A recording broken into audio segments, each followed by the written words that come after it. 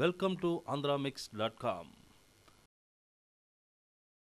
జోరుగా హుషారుగా నితిన్ చాలా కాలం తర్వాత ఇష్క్తో హిట్ కొట్టిన నితిన్ ఇప్పుడు మరింత హుషారుగా 2 సినిమాలు చేస్తున్నాడు.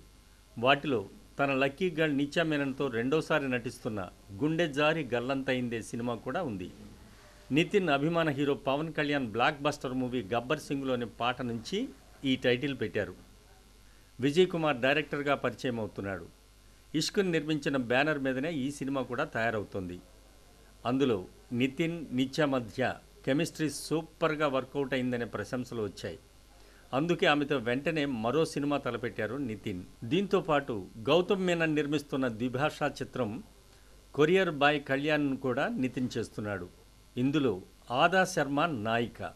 ప్రభుదేవ వద్ద అసోసియేట్గా పనిచేసిన ప్రేమ్ సాయి ఈ సినిమాకి దర్శకుడు. దీని తమిళ వెర్షన్లో హీరోగా జర్నీ ఫేమ్ జై నటిస్తున్నాడు.